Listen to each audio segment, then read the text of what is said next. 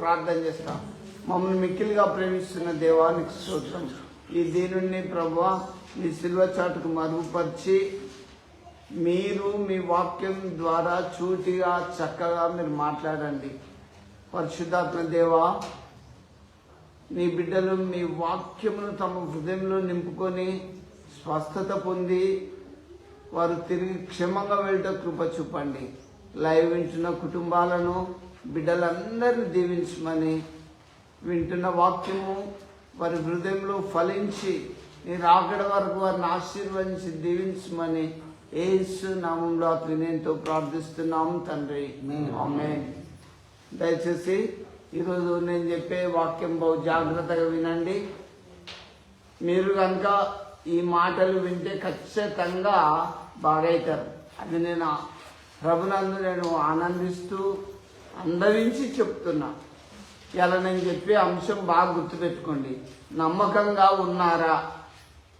చాలామంది దేవుని విషయంలో నమ్మకంగా ఉండలేకపోతున్నారు. నేను చెప్పే అంశం నమ్మకంగా ఉన్నారా? అసలు మన దేవుడు ఎంత నమ్మకమైన వాడో ఒకసారి మీరు చూడాలి. దేవుడు చాలా నమ్మకస్తుడు. ఆయన మాట తప్పని వాడు. కానీ మీరు తప్పిపోతారు, మీరు నమ్ముతలేరు. అందుకే బాధలు, అందుకే శ్రమలు, అందుకే మరణాలు, అందుకే రోగాలు, అందుకే ఇవన్నీ వస్తున్నాయి.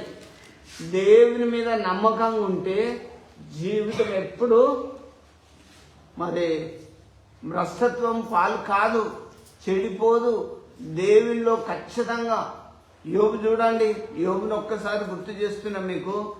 ఒక్కటే రోజు ఆ కొడుకులు బిడ్డలు అందరు చచ్చిపోయింది, ఇల్లు కూలిపోయింది, ఆస్తి అంతా ఎవడెవడో దోసుకొని వెళ్ళిపోయిండు. ఆస్తి పోయింది, అంతస్తు పోయింది, హోదా పోయింది. ఆ దేశం అంతటా యోబే ధనవంతుడు. ఆయనను మించిన వాడు లేనేలేడు. అంతేకాదు అరికాలు నుంచి తల వరకు బాధగల కురుపులతో సాతాను యోబును మొత్తేసిండు. No piece. ఆయనకు శాంతి లేదు, సమాధానం లేదు. భార్య కూడా చచ్చిపోని తిడుతుంది. ఇలాంటి సిచ్యువేషన్లో, పరిస్థితుల్లో ఆయన దేవుళ్ళు ఎంత నమ్మకం ఉన్నాడు తెలుసా? మూర్ఖురాలు మాట్లాడినట్టు నువ్వు మాట్లాడకు. యెహోవా ఇచ్చెను, యెహోవా తీసుకొనెను. దేవుని నామానికి స్తుతి కలుగును కాక అని చెప్పిండు. మనం ఇలా ప్రార్థన చేస్తే రోగం పోలేదనుకో, మొగం ఇళ్ళ కొనిపోతాం. ఇంకే ఆ గుడికి ఎందుకు, ఆ చర్చికి ఎందుకు, అక్కడికి ఎందుకు అని. అట్లా కాదు. నీ విశ్వాసం ఎంతుందో పరిశీలించుకోవాలి. స్వచ్ఛమైన పాలల్లో లాక్టోమీటర్ వేస్తే అది మంచియా చెడ్డయా ఒరిజినా చెప్తుంది. నీలో విశ్వాసం ఉన్నదా లేదా? దేవుని వాక్యం ఏం సెలవిస్తుంది? ఆవగింజంత విశ్వాసం ఉంటే ఇటున్న కొండ అటు పడుతుంది అని చెప్పింది. దేవుని వాక్యం చెప్తే మీకు అసలు పాస్టర్వే కావచ్చు, విశ్వాసమే కావచ్చు, పెద్ద బిషప్వే కావచ్చు, ఎవరివైనా కావచ్చు, ఆవగింజంత విశ్వాసం ఉందా మన లోపల?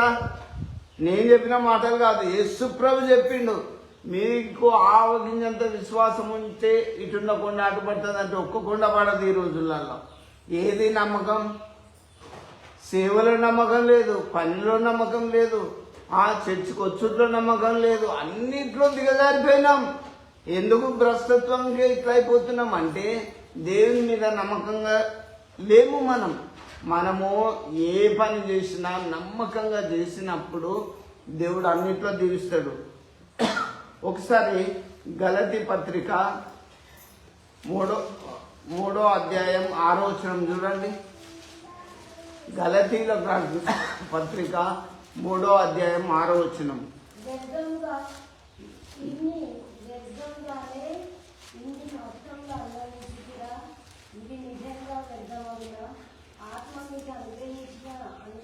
గలతీ 3:6. అబ్రహాము దేవుణ్ణి నమ్మెను. చూడండి, మీరు నమ్మినామని గుడికొచ్చిండ్రు. ఎట్లా నమ్మిండ్రు మీరే పరిశీలించుకోవాలి. బైబిల్ మనకు గలతీ 3:6లో ఎవరు నమ్మిండ్రు దేవుణ్ణి? చూడండి, అబ్రహాం ఎట్లా నమ్మిండంటే, చాలు, అబ్రహాము దేవుణ్ణి నమ్మెను, అది అతనికి నీతిగా ఎంచబడెను. అబ్రహాము దేవుణ్ణి నమ్మిండు కదా. మరి మనం నమ్మినామా? నమ్మితేనే కదా ఇంకొచ్చింది. నమ్మనోడు రాడు చర్చికి, నమ్మితేనే వస్తాం. ఆ నమ్మకం ఎట్లుండాలంటే, దేవుని బిడ్డారా, అబ్రహాము దేవుణ్ణి నమ్మెను, అది అతనికి నీతిగా ఎంచబడను. చూడండి, అబ్రహాం ఎట్లా నమ్మిందంటే, తన వయసు నాటి నుంచి కూడా ఆయన పిల్లలు లేరు. పిల్లలు లేకపోతే లోకంలో చాలా ఒక బాధ వేదన ఉంటుంది. కానీ అబ్రహాం అట్లయినా కూడా దేవుని నమ్మిండు. లేక లేక వృద్ధాప్యమందు ఒక కొడుకునిచ్చిండు. కొడుకునిచ్చి ఆ కొడుకు పాలు మరిచినాక, నేను చూపించే పర్వతం మీద నీ కొడుకు నాకు బలీయమన్నాడు దేవుడు. మనమైతే ఇద్దామా? చూడండి, దేవుడు అబ్రహాము ఆ ఉన్నొక్క కొడుకు నాకు బలీయమని చెప్పాడు. ఈమంటే ఆ నమ్మకంతో నా దేవుడు నా కొడుకునిచ్చిండు, నా కొడుకు నేను దేవుడికే ఇస్తానని తీసుకొని పోయి ఆ కుండ మీద వాళ్ళ బలిపీఠం వేసి దాని మీద కాళ్ళు చేతులు కట్టి కత్తెత్తే దాకా చూసిండు. ఆ కత్తెత్తి మెడ మీద వేసేదాకా దేవుడు చూసిండు. నీలో విశ్వాసం చూడాలి. ఇలా రోగం పోకపోగానే మనం చాలా డిసప్పాయింటెడ్ అయిపోతాం, బాధపడిపోతాం. అయ్యో నాకు ఇట్లా జరగలేదు, నేను ప్రార్థన చేసుకున్నా, నాకు ఎందుకు ఇట్లా జరిగింది అనుకుంటాం. దేవుని బిడ్డారా, నేను మీకు ఒక్కటే తెలియజేస్తున్నా, వృద్ధాప్యం ముందేళ్ళున్నాయి. నీ కొడుకుని బలీయమనగానే దేవుడు చూపించే పర్వతం మీద వీళ్ళు ప్రయాణం అయిపోయిండు. కట్టెలు అన్ని బలిపీఠం అంతా సిద్ధం చేసుకొని బలిపీఠం మీద కాళ్ళు చేతులు కట్టి నా దేవుని కంటే ఎక్కువేమని ఆ బలిపీఠం మీద ఇసాకును పండబెట్టి కత్తి పైకి తీయబోతే, అబ్రహమ్మ ఆ చిన్నవాళ్ళ మీద నువ్వు చేయవేయకు, వెనుకకు తిరుగు చూడు, వెనుకకు తిరుగు చూడాలని ఏమున్నది? కొమ్ములు తిరిగిన పొడేళ్ళు దేవుడు సిద్ధం చేసిండు. నువ్వు నమ్మకంగా ఉంటే జీవితంలో ఏదైనా ఇస్తాడు దేవుడు. నమ్మకం కోల్పోతే ఇయ్యాడు. ఇప్పుడు నమ్మకం కోల్పోయిన చాలా శ్రమలు, అన్ని ఇబ్బందులు వస్తాయి. దేవుని నమ్మినామంటే నమ్మకంగా ఉండాలి. దేవుని చర్చకొస్తున్నామంటే నమ్మకంగా ఉండాలి. అందుకే నేను ఏం చెప్తున్నా, మీరు నమ్మకంగా ఉన్నారా? అబ్రాహాము వృద్ధాప్యంలో ముసలితనంలో ఇచ్చిన కొడుకును నాకు ఇయ్యమని దేవుడు డైరెక్ట్ అడుగు. మిమ్మల్ని దేవుడు అడగకపోవచ్చు. కనీసం మీరు ప్రేరణ వస్తుందా, నమ్మకంగా రోజు ప్రార్థన చేస్తుందా, నమ్మకంగా వాక్యం చదువుతుందా, మీ ఇంట్లో శాంతి సమాధానం ఉన్నదా? నేను ఒక్కటి చెప్తా, పగలు రేయి ఉదయాస్తం ఏం సంపాదించాలి, ఏం తినాలి, ఏం తాగాలి, ఎట్లు చేద్దాం, ఎట్లా ఎట్లా ఎట్లా ఇదే క్వశ్చన్ మీకు. నేను ఒక్కటి చెప్తున్నా, దేవుని సేవలో నమ్మకంగా ఉండాలి. అబ్రాహాము దేవుని నమ్మిండు, అది అతనికి నీతిగా ఎంచబడ్డది. దేవుని వెళ్ళారా, దేవుడు అబ్రాహాముని పిలిచి వెనుకకు చూడమంటే వెనుక కొమ్ములు తిరిగిన పొట్టేలు బలి ఇయ్యడానికి దేవుడు సిద్ధం చేసిండు. ఎంత అద్భుతం జీవితం! అసలు దేవుడు మన కంటికి కనబడనివి, చెవికి వినబడని, హృదయ గోచరం కానివి ఎన్నో మన కొరకు సిద్ధపరిచిండు. వాటిని చూసుకునే ఆధిక్యత, ధన్యత మీరు సంపాదించుకోవాలి. ప్రియ దేవుని బిడ్డారా, నేను మీకు ఒక్కటి జ్ఞాపకం చేస్తున్నా, మీరు నమ్మకంగా ఉంటే దేవుడు అందిస్తాడు. ఇక్కడ మీకు ఒకటి మీకు అర్థమయ్యేటట్టు చెప్తున్నా, యేసు ప్రభు సేవలో యూదా ఇస్కరియోతుని తీసుకోండి. కాంతలు పట్టే కాడ ఆయన ముందుకు వచ్చిండు, అన్నిటికాడ యూదా యేసు ప్రభు ముందుగానే వచ్చిండు. కానీ చివరిగా నమ్మకంగా పరిచర్య చేసినట్టు చేసి బయట శాస్త్రులతోటి పరిచర్యలతోటి బేరం కూర్చుకున్నాడు. నేను మీకు ఆయన అప్పగిస్తే నాకేమి ఇస్తారు అని చెప్పి బేరం కూర్చుకున్నారు. నా ప్రియ దేవుని ద్వారా మీకు ఒకటి చెప్తున్నా, సేవ అంటే సంపాదన కాదు. ఇవాళ సేవ చేస్తున్నానంటే నాకు ఎంత సార్లు వస్తుంది, సంఘం ఎంత ఇస్తాను అనేది కాదు. దేవునితో లింకప్ ఉండాలి, దేవునితో సరిగ్గా సంబంధం కలిగి ఉండాలి. ఏలియాని చూసుకో ఎంత నమ్మకంగా ఉన్నాడో. ఏలియా కరువు కాలం వచ్చినా దేవునితో మంచిగా ప్రార్థన చేసుకుంటున్న జీవితంలో కాకులు తీసుకొచ్చి ఏలియాని పోషించినాయి. ఎన్ని సంవత్సరాలు? 3.5 సంవత్సరాలు. సంఘం ఇచ్చేది దాని మీద నువ్వు ఆధారపడి సేవ చేస్తే సంఘం డెవలప్ కాదు, హీలింగ్స్ రావు. నువ్వు దేవుని మీద నమ్మకంగా ఉండు, దేవుని పరిచర్యలో నమ్మకంగా ఉండు. ఈ 30,000 రూపాయలు తీసుకొని యూదా ఇస్కరియోతు సేవ చేసిండా? తర్వాత ఊరి బయటకు పోయి యేసు ప్రభుని చిత్రహింసలు చేస్తుంటే ఈ 30,000 రూపాయలు నాకు వద్దని మళ్ళీ తిరిగి తెచ్చి వాళ్ళకి ఇస్తే, మాకు మీకు సంబంధం లేదు, బేరం అయిపోయింది, మాకు అవసరం లేదంటే ఆ 30,000 రూపాయలు తీసుకొచ్చి దేవాలయంలో పడేసి ఊరి బయటికి పోయి ఊరేసుకొని చచ్చిండు. సేవ అంటే, నమ్మకం అంటే ఎట్లుండాలి? చాలా దేవునిలో నమ్మకంగా ఉండాలి. కష్టంలో, శ్రమలో, యోగుడు అన్ని పోయినా యెహోవా ఇచ్చను, యెహోవా తీసుకున్నాను. అవును, నీకు కలిమి ఉండొచ్చు, లేమి రావచ్చు, రోగం లేకపోవచ్చు, రోగం రావచ్చు, ఇవాళ ఉన్న హెల్త్ రేపు ఉండకపోవచ్చు. ఎప్పటికి ఇట్లుంటామా? ఇంకొక 50 ఏళ్ళ వరకు మేము మీరు లెక్కేసుకోండి. కళ్ళు కనబడి నడవలేము పరిస్థితి, ఒక గడ్డ పట్టుకోవాల్సి వస్తుంది. నేను మీకు ఒక్కటి చెప్తున్నా, ముదిమి వచ్చు వరకు ఎత్తుకునే దేవుడను నేనే అన్న దేవుని మాట మీద మీరు నమ్మకంగా ఉండాలి. పరిచర్య చేయాలంటే ఏం చేస్తుండ్రు? నమ్మకంగా చేస్తుండ్రా? దేవుని బిడ్డలారా, ఒకసారి మీరు ఒక్కసారి ఈ సామెతల గ్రంథం తీసుకోండి. యెషయా గ్రంథం 26:4 చూడండి, మీకు అర్థమవుతుంది. యెషయా గ్రంథం 26వ అధ్యాయం 4వ వచనం.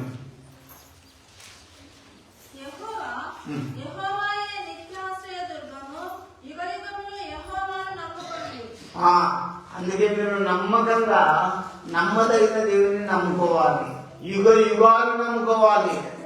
ఎవరండి భూమిని చేసింది? మంత్రి, రాష్ట్రపతి, లోకంలో ఉన్న ప్రధానుల ఎవరు చేసిండు?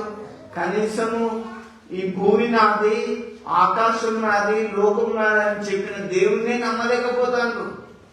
జనాలు నమ్ముతున్నా ఈ భూమి మీద కొంత ఏరియా తీసుకొని ఇది నా భూమి అనుకుంటాం. మనమే వచ్చినప్పుడు తెలుసుకున్నామా? చెప్పండి. అశాశ్వతమైన బ్రతుకులో శాశ్వతమైన దేవుని నమ్మాలి. యుగ యుగంలో యెహోవాను నమ్ముకోండి. నమ్మిన వాడే పరలోకం పోతారని బైబిల్ కూడా క్లియర్ గా చెప్తుంది. అసలు మీరు నమ్మకంగా ఉంటుందా? ప్రార్థన చేసుట్లో, వాక్యం చదువుట్లో, చర్చకొచ్చుట్లో, అన్నిట్లో మీరు నమ్మకంగా ఉన్నారా లేదా? కానీ యెషయా మాత్రం అక్కడ సంఘానికి చెప్తాడు.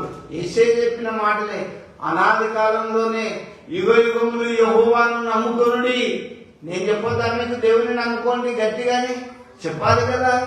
అందుకే దేవుని బిడ్డలారా, రోగం కొరకే కాదు, బాధల కొరకే కాదు, ఎప్పుడు ఒకసారి మనం దేవుని నమ్ముకున్నామంటే గట్టిగా పట్టుకోవాలి. కాబట్టి యుగ యుగాలు నమ్ముకోండి.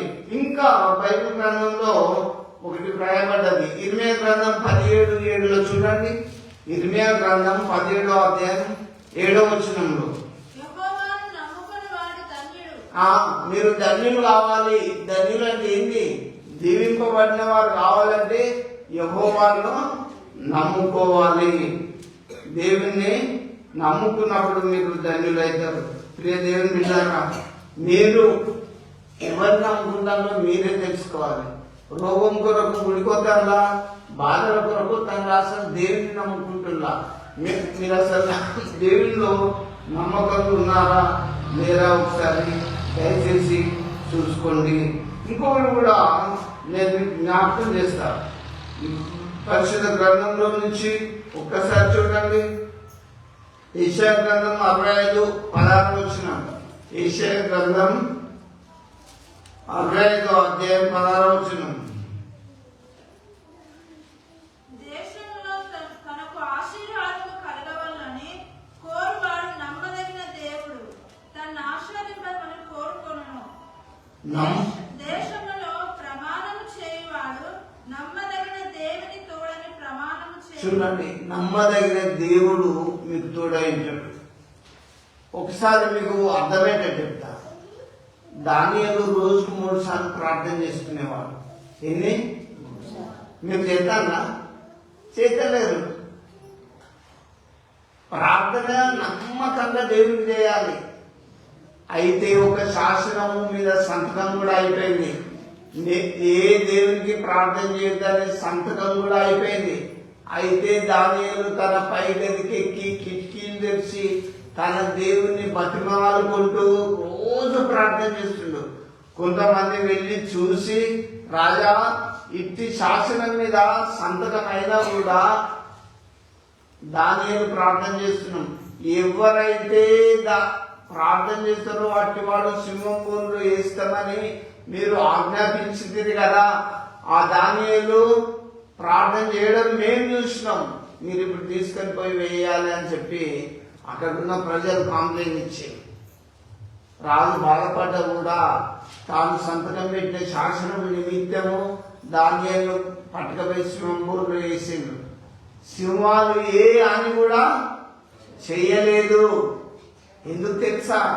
దేవుడు తన దూతను పంపి సింహాల నోరు మూసిండు. అంతేకాదు, వీళ్ళు నమ్మకంగా దేవుని సేవ చేసింది. ఎవరు?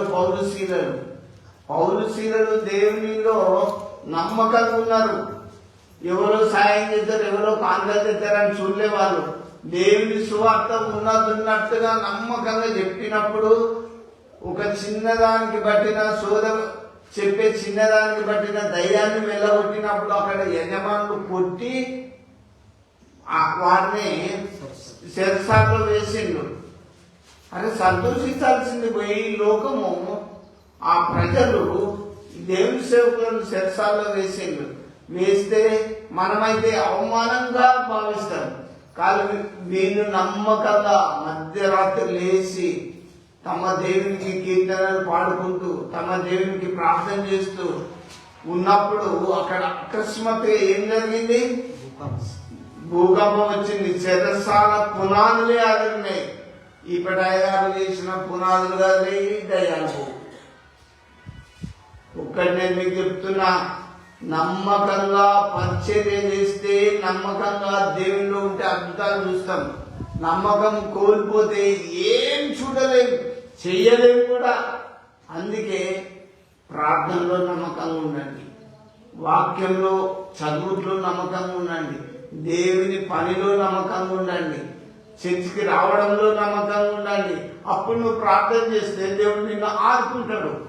వెంటనే వాళ్ళ పాటలు ప్రార్థన విన్న శిరసాల నాయకుడు వచ్చి, అయ్యలారా రక్షణ పొందడానికి నేను ఏం చేయాలి అని అడిగి వెంటనే దీపం తెమ్మని చెప్పి వారి గాయములను కడిగి ఆ ఇంటి వారందరితో కూడా ఆ శిరసాల నాయకుడు దేవుణ్ణి నమ్మి రక్షణలోకి వచ్చిండు.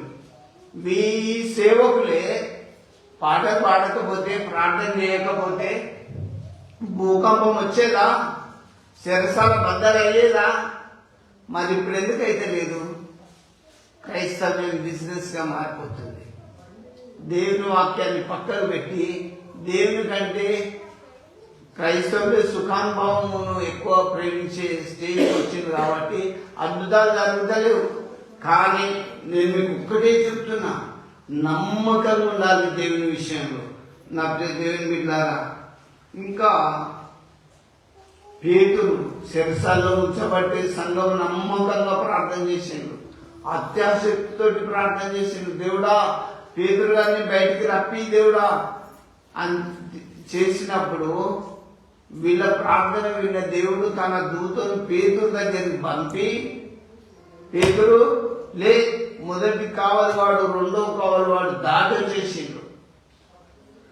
దేవదూత పోయి పేతురుని తీసుకొని బయటకు వచ్చేసింది. కావలి వాళ్ళు ఆ సెక్యూరిటీ గార్డ్స్ నిద్రపోతాను అక్కడ.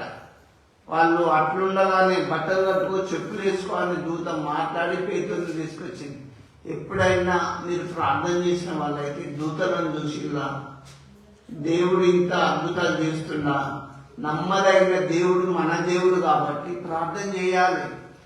మన నమ్మకం ఎక్కడ దాకా ఉండాలంటే మరణం దాకా నమ్మకంగా ఉండు, నేను జీవ కిరీటం ఇస్తానన్నాడు. దేవుని బిడ్డారా, అసలు నమ్మకంగా ఉంటుందా లేదా ఒకసారి యోచించుకో, ఆలోచించుకో. ఇంకొకటి కూడా నేను మీకు జ్ఞాపకం చేస్తా. ఏంటంటే యేసుప్రభు చెప్పిన మాట చెప్తున్నా, అందరూ గమనించండి. మీరు చర్చకొచ్చే బిడ్డలు కాబట్టి దేవుడు అంటే నమ్మకంగా ఉండాలి. నా దేవుడు ఉన్నాడు, నన్ను దీవిస్తాడు, నన్ను బాగు చేస్తాడు, నన్ను ఆశీర్వదిస్తాడని నమ్మకం మీలో కలిగి ఉండాలి. యేసుప్రభు చెప్పిన ఒక మాట మీకు అర్థమయ్యేటట్టు చెప్తా, షార్ట్ చెప్తున్నా. ఒకరిని పిలిచి, ఒక యజమాని ఒకరిని పిలిచి, ఒకరికి 5 తలాంతులు, ఒకరికి 2 తలాంతులు, ఒకరికి 1 తలాంతు ఇచ్చి, నేను దూరదేశం పోతున్నా, మీరు వీటిని పెట్టి వ్యాపారం చేసుకోండి, నేను వచ్చినప్పుడు మళ్ళీ తిరిగి నా డబ్బు నాకు మీరు చెల్లించండి అని చెప్పాడు. కొంతకాలమైన తర్వాత ఆ యజమానుడు తిరిగి వచ్చేసిండు. 5 తీసుకున్నాడు, పిలిచిండు, బాబు నేను పలాని వ్యక్తికి 5 తలాంతులు ఇచ్చిన, రమ్మని నా డబ్బు నాకు కట్టాలని. చాలా కాలమైన తర్వాత వచ్చాడు వీళ్ళు. ఆ 5 తీసుకున్న ఏమన్నా తెలుసా, అయ్యా నువ్వు నాకు 5 తలాంతులు ఇచ్చినావు, నీ 5టికి నేను ఇంకా 5 సంపాదించుకున్నా అంటే. అప్పుడు యజమాని చాలా సంతోషపడి బలానమ్మకమైన మంచి దాసుడా అని పిలువబడ్డాడు. సేవ చేసినప్పుడు దేవుడి ఇవ్వాలి మనకి, ఇక్కడ అవార్డులో సన్మానాలు కాదు, దేవుని చేత మెప్పు కలగాలి మనకు. వింటున్నా, దేవుడి ఆ యజమానుడు ఏమన్నాడు, బలా నమ్మకమైన మంచి దాసుడా, ఇంకా 5 పట్టణంలో మీద నేను నీకు అధికారం ఇస్తున్నాను, నువ్వు వేరుకో అని చెప్పింది. అలాగే 2 తీసుకున్నాను పిలిచిండు, బాబు నేను పలాని దేశం దూరదేశం వెళ్ళడానికి 2 తలాంతులు ఇచ్చిన. ఏం చేసినావంటే, అయ్యా నువ్వు 2 ఇస్తే నేను ఇంకా 2 సంపాదించుకున్నా, అయ్యా నీది వడ్డీతో ఇస్తానని ఇచ్చేసి. బలనమ్మకమైన మంచి దాసుడా, నువ్వు ఇంకా 2 పట్టణంలోనూ పరిపాలించుకోవాలని అధికారం ఇచ్చేది. ఇంకే ఎన్ని తీసుకున్నాడు ఉన్నాడు, 1 తీసుకున్నాడు ఉన్నాడు. వాళ్ళు పిలవాలి, ఆ 1 తలాంతో అనిపించింది. పిలవగానే, అయ్యా నువ్వు విత్తనాన్ని కోసేవాడు, చల్లన్నాన్ని కూర్చేవాడు, నీవు కఠినుడవని కూడా నాకు తెలుసు. ఇగో నీ సొమ్ము నేను భూమిలో పాతి పెట్టినని మట్టి దగ్గర తీసి, ఇగో నీ సొమ్ము నీకు ఇస్తాను, 1 ఇచ్చినా 1 ఇస్తాను అన్నాడు. తీసుకునే యజమానికి ఎంత కోపం ఉండాలి. అరే నేను కఠినుడు అన్నప్పుడు నా సొమ్మే ముట్టొద్దు నువ్వు, అవునా? మళ్ళా నువ్వు భూమిలో పాతి పెట్టావు, ఇది బయట ఎవరికైనా ఇచ్చిన ఇంట్రెస్ట్ వడ్డొచ్చు కదా. కాబట్టి వీళ్ళు పట్టుకపోయి ఎక్కడేయాలి, ఏడుపును పనులు కొరుకుతాయి ఉండు, అగ్ని గంధకంలోతో మండగుండంలో వీనికి తోలురండి అని చెప్పి తీర్పిచ్చేసాడు. వీడు నమ్మకంగా లేడు, బిజినెస్ లో నమ్మకంగా లేడు, దేవుని సేవలో నమ్మకంగా లేడు. ఒక సేవకుడు దేవుని సువార్త ఖచ్చితంగా చెప్పాలి. మత్తయి 10:8 సేవకులు చేయాల్సింది ఒకసారి చదువు రవి, ఏమా చూడండి అందరు. మత్తయి సువార్త 10:8. రోగులను స్వస్థపరచుడి, చనిపోయిన వారిని లేపుడి, కుష్టి రోగులను శుద్ధులుగా చేయుడి, దయ్యములను వెళ్ళగొట్టుడి, ఉచితముగా పొందుతిరి, ఉచితముగా ఇవ్వుడి. చూడండి అయ్యా, ఇక్కడ బైబిల్ ఏం చెప్తారండి, ప్రార్థన చేసి పైసలు తెచ్చుకోమన్నాడా? ఉచితంగా పొంది తిని ఉచితంగా బ్లెస్ చేసి రావాలి. లేకపోతే నీ ఇంటికి వచ్చిన ప్రార్థన చేసి ఇట్లా బైబిల్ బట్టి పైసలు తెచ్చుకోమని చెప్పాలి దేవుడు ఎక్కడ? ఇవే అక్రమాలు, ఇవే దేవునికి ఇష్టం కాని పనులు, నమ్మకం లేని పనులు, ఇవే అక్రమం. దేవుడు ఏమన్నాడు? అక్రమం చేయవాలారా నా యొద్ద నుండి తొలగిపోండి, నేను మీకు ఏం సిద్ధం చేసిన? నరకం. నేను మీకు ఒక్కటే చెప్తున్నా, ఎలీషా దగ్గర ఎవరున్నారు? గేహాజీ ఉన్నాడు. పాపం దైవజనుడు కదా, నమ్మకంగా పనిచేస్తుండు గేహాజీ అనుకున్నాడు. కానీ ఆ దైవజనుడికి ఎంత పవర్ ఉన్నది? నయమను ఆ దేశం నుంచి వచ్చి కుష్ఠరోగంతో వచ్చి, అయ్యా నా రోగం పోతుందని నేను దూర దేశం నుంచి వచ్చిన, ఆ సిరియా దేశం నుంచి వచ్చి నా కుష్ఠరోగం పోతుందని నీ దగ్గరకు వచ్చిన అంటే అని అనుకుని నయమని ఏమనుకున్నాడు అంటే రోగం గల చోటున ముడతాడు అనుకున్నాడు. ఆయన అనుకున్నట్టు కాదు, దైవజనుడు ఏమనుకున్నాడు తెలుసా? నువ్వు వచ్చే మార్గంలో యోర్దాన్ నది ఉన్నది కదా, అందులో మునిగి 7 సార్లు మునిగి లేచిపోవన్నాడు. అంతే. ఎక్కడ రోగం ఉన్నదాడ ముడతాడని నేను నమ్మకం కొస్తే యోర్దాన్ నదిలో నన్ను మునిగిపోమంటాడా అని కోపంగా ఆవేశంగా తిరిగి తన రథాన్ని తిప్పుకొని పోతాడు. అరే రోగం పెద్దదేనా, కోపం ఎందుకు? నీ రోగం నీకు తెలియదా? నీ సమస్య నీకు తెలియదా? ఆ దైవజనుడి మీద కోపం ఎందుకు? సరే వచ్చింది, తిరిగి వెళ్ళిపోతాడు. ముట్టలే కదా అనే ఆవేశంతో పోతాడు. పోయేటప్పుడు ఆ యోర్దాన్ నది వచ్చింది. అందులో ఒక పనుడు అన్నాడు కదా, అయ్యా అతడు ఇందులో మునిగి 7 సార్లు మునిగి లేచిపోమన్నాడు కదా అంటే, అప్పుడు ఆ పనుని మాట విని ఆ యోర్దాన్ నది దగ్గర రథమాపి మునిగిండు లేచిండు, మునిగిండు లేచిండు. ఎన్నిసార్లు? 7 times. నమ్మకంగా మునిగిండు, చెప్పినట్లు 7 సార్లు మునిగిండు లేచిండు. అప్పుడు రోగాన్ని చూసుకుంటే పసిపిల్ల దేవుని వలె అయిపోయింది. అబ్బా, ఆ దైవజనుడి మాట ఎంత నమ్మకం అనేది అప్పుడు నయమని తెలుసుకున్నాడు. నువ్వు పాస్టర్వే కావచ్చు, మాటల నమ్మకం లేదు, వాక్యంలో నమ్మకం లేదు, ప్రార్థన లేదు, ఏమి ఇంకా లేదు. ఇక మనం బైబిల్ పెట్టి చెప్పుకుంటాం, హల్లెలూయా అంటాం, దేవుని స్తుతిస్తాం. నేను చెప్పేది ఒకవేళ విమర్శనాత్మకంగా ఉంటే డైరెక్ట్ నాకు మాట్లాడచ్చు. మీకు చెప్తున్నా, ఆ దైవజనుడు ఎంత నమ్మకంగా యోర్దాన్ నదిలో మునిగమంటే మునిగిలేసిండు. బాగుపడలేదా? నయమాను 7 సార్లు మునిగి లేచి, అబ్బా నేను దైవజనుడి దగ్గరికి కొత్త బట్టలు, వెండి ఇవన్నీ పట్టుకుపోతానని మళ్ళా తిరిగి వచ్చిండు. వచ్చినప్పుడు ఎలిషా తీసుకున్నాడా? తీసుకోలే. అయ్యా మీరు చెప్పినట్లు నేను నమ్మకంగా యోర్దాన్ నదిలో 7 సార్లు మునిగి లేచిన, నేను బాగైనా, ఈ కొత్త బట్టలు మీ కొలు తెచ్చిన తీసుకుంటే వద్దు అన్నాడు. వద్దన్నప్పుడు ఈ పనోడు ఎవరు? గియాలి అయ్యగారి దగ్గర నమ్మకంగా ఉన్నాడా? అబ్బా నాకైతే బాగుండు, మా యజమాని వద్దనుకుంటున్నాను కదా, వెండి కొత్త బట్టలు ఇవి ఇప్పుడు ఎట్లా అని ఆశ పుట్టింది. నమ్మకం కోల్పోయిండు. నా యజమానుడు వద్దన్నాడు, నాకెందుకు తీయాలని అనుకోవాలి కదా. కేసీఆర్ బట్టలు తనంటే కొట్టుకున్న లోకం ఇది. లేని పేరు పెట్టి తెచ్చుకునే వాళ్ళు ఉన్నారు, లేరా? ఏది క్రైస్తవత్వం? ఎక్కడుంది నీతి? ఎక్కడుంది నమ్మకం? నేను మీకు ఒకటే చెప్తాను, నమ్మకం కోల్పోతున్నాం. రోషం కలిగి దేవుని నమ్మాలి, రోషం కలిగి. దైవజనులు అంత గొప్ప దైవజనుడే వద్దంటే ఆయన మాటకు ఎంత పవర్ ఉన్నది? 7 సార్లు మునిగి లేమంటే లేకపోతే రోగం పోయింది. మీకు పవర్ లేదు, పాడలేదు, గియాలి కంటే భ్రష్టులు అయిపోతారు కదా. కాదా? గియాలి విన్నాడు వద్దన్నది, అతను నయమాన్ని తిరిగి వెళ్ళిపోతాడు. గియాలి ఏం చేసిండు? నయమాన్ రథం మీద ఉరుకుతూ ఉరుకుతూ ఉరుకుతూ మొసొచ్చిన పరిగెత్తి ఉరికిండు.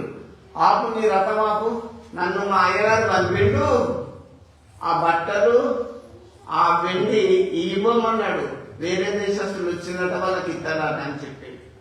దేవుని బిడ్డలారా, ఇక్కడ అయ్యగారు పంపిండా? దేవుడు చెప్పకపోయినా దేవుడు నాకు మాట ఇచ్చిండు, నీ ఇంటికే పొమ్మన్నాడు. నీ సంగ రాయి, ఈ బుక్ లో ఇది రాయి, ఇది రాయి అని ఒక ఆమ్లెట్ కొట్టి ముద్దలు పెట్టి ఇలాంటి బుక్లెట్స్ తెచ్చి ఇవ్వమన్నాడు. ఆ దేవుడు ఎక్కడాక?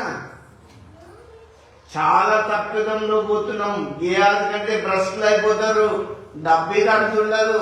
కానీ ప్రతివాడు ఆయనకు లెక్క చెప్పే రోజున్నది. వింటున్న నమ్మకం లేదు, సేవలో నమ్మకం లేదు, ప్రార్థనలో లేదు, వాక్యంలో లేదు, దేంట్లో లేదు నమ్మకం. మొత్తం అవిశ్వాసాల కంటే భ్రష్టులం అయిపోతున్నాం. దేవుని బిడ్డారా, నేను మీకు చెప్తున్నా, నువ్వు నిజంగా దేవుని పని చేస్తే ప్రార్థన చేయి, దేవుడు నడిపిస్తాడు, ఎవరినో ప్రేరేపిస్తాడు. దైవజనులు ఆ గుడి కట్టినప్పుడు నువ్వు నీ గోల్డ్ తెచ్చేయమనిలే, నీ యొక్క అకౌంట్లో ఉన్న డబ్బులు నాకు ఇవ్వమని అనలే. తెలుసా, నువ్వు ప్రార్థన చేయి, దేవుడు నడిపిస్తుంటాడు. నమ్మకంగా పనిచేసిన వాళ్ళకి మెండైన దీవెనలు కలుగుతాయి. దేవుని బిడ్డలారా, ఇక్కడ నేను మీకు ఒక్కటి జ్ఞాపకం చేస్తున్నా, మన దేవుడు చాలా నమ్మదగిన వాడు. వెంటనే ఆ బట్టలు అవన్నీ మళ్ళా న్యాయమని తీసుకొచ్చిండు, గ్యాస్ గిద్దనని తీసుకొస్తే అయ్యగారు చూస్తే తొందరగా ఇచ్చేయాలని తీసి లోపల పెట్టినప్పుడు దైవజనుడికి తెలిసిపోయింది. ఏం గ్యాస్ ఇంతసేపు ఎక్కడ పోయినావు, నయమాన్ని కలిగిన దృష్టి నీకు నీ సంతతికి సర్వకాలంగాక అని చెప్పించగానే కుష్ఠరోగం ధరించుకుని వెళ్ళిపోయింది. ఇక బట్టలు తీసుకోలే, తొడుక్కున్నాడా? యేసుప్రభుని 30,000 రూపాయల కమ్మి ఉరికాడు కొనుక్కున్నాడు. అవునా? దేవుని సేవలో మీకు ఒకటే చెప్తున్నా, వాలంటీర్లు అయినా, ఎక్కడ సేవ చేసిన పరిచారకులైనా, పాస్టర్లు అయినా, దేవుని సేవ చేసేటప్పుడు నమ్మకంగా చేయాలి.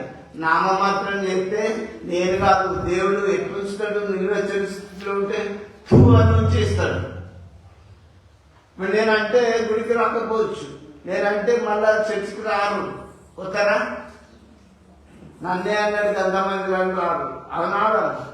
అందుకే నేను మీకు చెప్తున్నా, దేవుని పరిచర్య అంటేనే నమ్మకంగా చేయాలి, ప్రార్థనలో నమ్మకంగా చేయాలి. మన దేవుడు ఎట్లా అంటాడో ఒకసారి చూసుకోండి.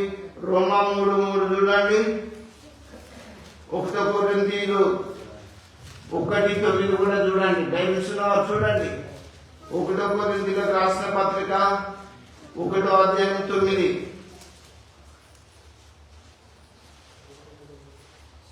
మన ప్రభువైన యేసుక్రీస్తు అను తన కుమారుని సహవాసమునకు మిమ్మల్ని పిలిచి దేవుడు నమ్మదగిన వాడు. పిలిచిన దేవుడు నమ్మదగిన వాడు, దేవుడే నమ్మదగిన వాడు. ఇప్పుడు ఎలిషా మంచోడే, కానీ దగ్గర పని చేసాడు నమ్మకద్రోహి. ఇప్పుడు మిమ్మల్ని పిలిచిన దేవుడు ఎట్లా చూడు? నమ్మదగిన దేవుడు.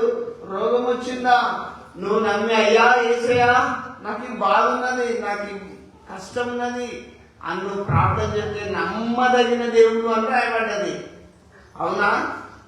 నువ్వు నమ్మక ద్రోహం చేసుకొని దేవుడికి దూరం అయిపోతే ఎట్లా? ఇంకొకటి కూడా 2 దశలోనికైలకు తీసుకో, 3:3 చూడు. 2 దశలోనికైలకు రాసిన పత్రిక 3వ అధ్యాయం 3వ వచనం. ప్రభు నమ్మదగిన వాడు. వింటారా?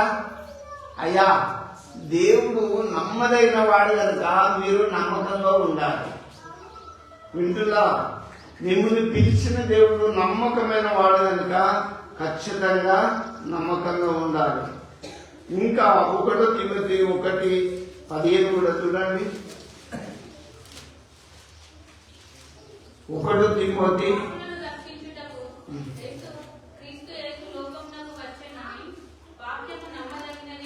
వాక్యం ఏంటిది? నమ్మదగినది.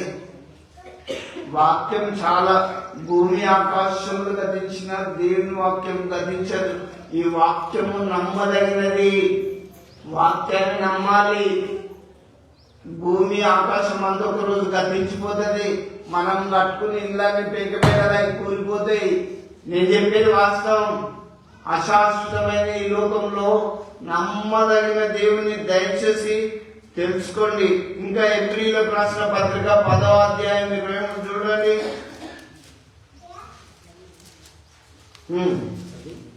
23 ఎబ్రీయులకు రాసిన వాగ్దానం చేసిన వాడు నమ్మదగిన దేవుడు. దేవుడు ఏమని వాగ్దానం చేసిండు? మత్తయి 7:7 చూడండి. వాగ్దానాలు ఎన్ని ఉన్నాయి? అడుగుడి మీకు ఇవ్వబడును. చూడండి, అడుగుడి మీకు ఇవ్వబడును. ప్రార్థన చేస్తున్నారు. ఈ వాగ్దానం చేసిన దేవుడు నమ్మదగిన వాడు. రోగం వచ్చినప్పుడు మీ అందరు చెప్తున్నా, ఒక 2 గంటలు చుట్టలు వచ్చేదాకా ఇంతమంది ప్రార్థన చేసిండ్రు. కొద్దిసేపు చేస్తారు, ఒక 10 నిమిషాలు చేసుకుంటారు, ఇక ఉత్తమం వంత అయిపోయింది. కూలికి పోతే ఒక చేనులకు కూలికి పోతే 10:30 పోయి 5:30 దాకా సచ్చినట్టు అక్కడ పని చేసి వస్తారు. అంతసేపు ఆన్లైన్ ప్రేయర్ అని పెట్టుకుంటారు.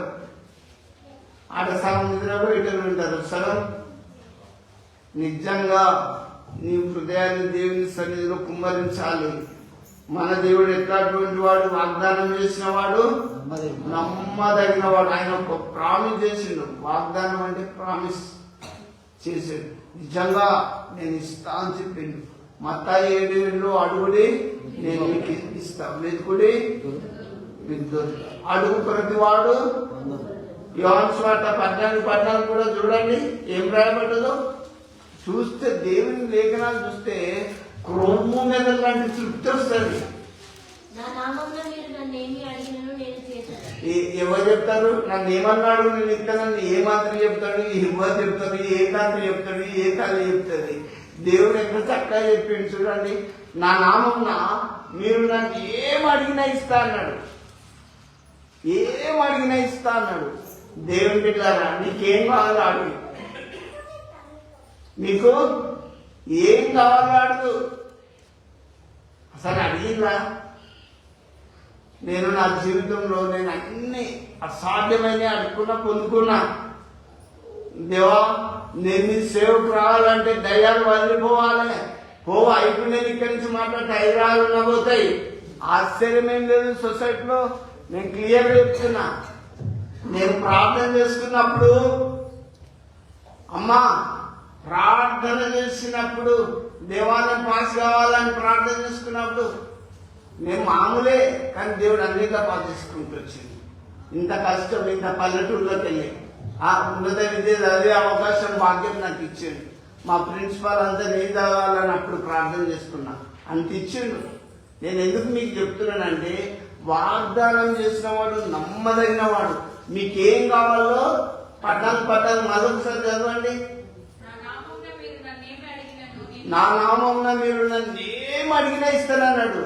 ఇది చూడండి, ఈ చర్చ్ కొరకు అన్నా సందాలు తెప్పో అని చెప్పలే. మనం ఏం చేసినాం? ప్రార్థన చేసినాం.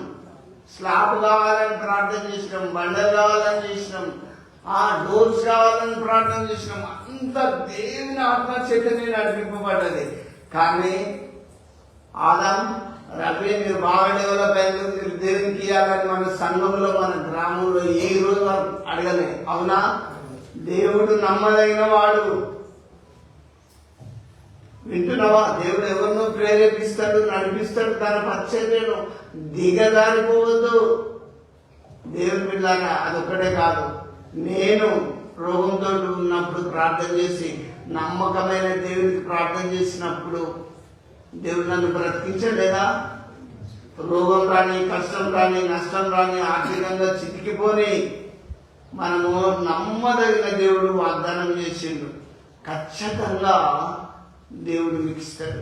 అందుకే వాగ్దానం చేసిన దేవుడే నమ్మకమైన వాడు. కాబట్టి మీరు నమ్మకంగా ఉండి దేవుణ్ణి బాగా ప్రార్థన చేయాలి. కానీ దేవుడు అక్కడి నుంచి చూస్తే ఇశ్రాయేలు పడే వేదన, కష్టం అని చూసింది. కానీ యూదాను చూస్తే యూదా సేవలో నమ్మకం లేడు, గేయాది నమ్మకంగా లేడు. ఉన్నాడా? చాలా మంది తప్పిపోతుండ్రు. ప్రార్థనకు వచ్చినప్పుడే ఓకే అనుకుంటారు, తర్వాత తప్పిపోతారు. ఈ ఒక్క తలంతా తీసుకున్నాడు అన్న నమ్మకం ఉన్నాడా? వాడు కూడా తప్పిపోయిన భూమిలో పాతి పెట్టిండు. దేవుడు మీకు ఇచ్చిన తలంతులను పాతి పెట్టుకోకుంది. దేవుడు మీ సంసారంలో మిమ్మల్ని మంచిగా దీవించాలంటే నేను ఒకటి లోతైన మర్మం చెప్తున్నా. వాగ్దానం చేసిన దేవుడు నమ్మకమైన వాడు. వింటున్నా? వాగ్దానం చేసిన దేవుడు నమ్మకమైన వాడు. మీరు నమ్మకంగా పరిచర్య చేసుకోవాలి, నమ్మకంగా చర్చిలోకి రావాలి, నమ్మకంగా ప్రార్థన చేయాలి. దేవుని పని అంటే అశ్రద్ధగా చేసేవాడు ఏమవుతాడు? శాపగ్రస్తుడైతాడు. దేవుని పని ఈరోజు దేవుడు కూడా మనకు చెప్పాడు, అశ్రద్ధగా చేస్తే శాపగ్రస్తం అయిపోతాం. మీకు తెలుసో తెలియదు, నాకైతే నేనైతే దేవుని వాక్యం తెలుసుకున్నా కాబట్టి నా ప్రభు పనిని నమ్మకంగా చేయాలి అని తినకుండా టీ తాగకుండా నేను వస్తూనే ఉంటా. మీరు తిని హాయిగా వెళ్ళవస్తారు. ఈ ఊళ్ళకు ఎన్ని తాగుతుంది, ఎంత నోటి మాట తాగైతే ఎప్పుడు అప్పుడు వేసుకొచ్చిన లేదంటే వేసుకునే సంఘటనలు ఎవరు చూస్తారు? ఏ చర్చిలో కూడా జరగదు ఇట్లా. నమ్మకం ఏది? అప్పటి వరకే. నేను మీకు ఒక్కడే చెప్తున్నా, దీపం ఉన్నప్పుడు ఇల్లు దిద్దుకోవాలి. ఈ వాక్యం చెప్పేటప్పుడు మీరు విని హృదయంలో నింపుకొని మీరు వెలిగింపబడుతూ ఇతరులకు దేవుని స్వార్థ అందించాలి. కొంతకాలం అయితే వెళ్ళిపోతాం. ఇది పర్మనెంట్ ప్లేస్ కాదు. ఏమానా మీ కొడుకు చిన్న పిల్లనప్పుడు నోటి మాట బంద్ అయితే ఎత్తుకరాలేదా? ఇప్పుడు యవనస్తుడు అయిపోయి, అవునా? అట్లా మీ ఒక్కనే కాదు, ఎంతో మంది విలేజ్ లో అన్కాన్షియస్ లో ఉన్నప్పుడు ఎంతో మంది బాగైనప్పుడు నమ్మకంగా వచ్చేటోడు ఒక్కనేనా? చూడండి, ఎంతో మంది కళ్ళారా చూసి చెవులారా మీరు హృదయం మార్చుకోలేని దుస్థితిలో ఉన్నారు.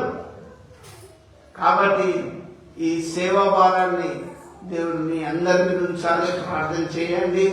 దేవుని పని అంటే నమ్మకంగా చేసి బలా నమ్మకమైన మంచి దాసురాలా అనిపించుకుందాం. దేవుడి కొద్ది మాటలను మీ వినికిడిలో ఆశీర్వదించును దాకా. ఆమేన్. ప్రార్థన చేస్తాం. జీవంగా తండ్రి, మీకు స్తోత్రం. కొద్ది మాటలను మీరు దీవించి ఆశీర్వదిస్తాను. పనిలో, పరిచర్యలు, సేవలు అన్నింటిలో నమ్మకంగా ఉంటే కృప చూపండి. అపనమ్మకం మాలో నుంచి తీసివేయండి. దేవా, వాగ్దానం చేసిన దేవుడు నమ్మకమైన వాడు. మోషే తన ఇల్లంతటిలో నమ్మకమైన వాడని మీ వాక్యం నేర్పిస్తుంది. అబ్రాహాము కూడా నమ్మకమైన వాడు. అయ్యా, అలాంటి నమ్మకము కలిగి మీ సేవ చేయటం కృప చూపండి. దేవా, మీ వాక్యానుసారంగా నమ్మకంగా బ్రతికే భాగ్యం దయచేయమని యేసు నామములో ప్రార్థిస్తున్నాము తండ్రి. ఆమేన్.